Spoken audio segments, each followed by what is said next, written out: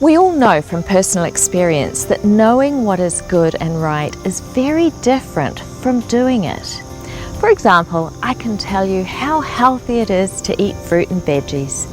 I can show you how to prepare them and put them into a delicious dish that you'll even want to eat. But actually doing it is another story completely. The Apostle Paul described this struggle in Romans 7 and 8. He wrote he wanted to do good but couldn't seem to do it. His human nature just took over, and he ended up continuing to do all the things that were wrong that he didn't want to do. Praise God, it doesn't end there. He then goes on to say, "Thanks be to God who delivers me through Jesus Christ our Lord."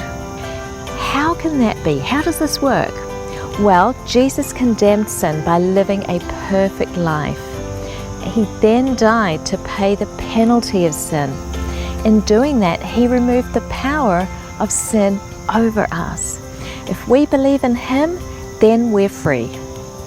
Plus, he promises Holy Spirit power. That power will increase our desire to do good and enable us to do it.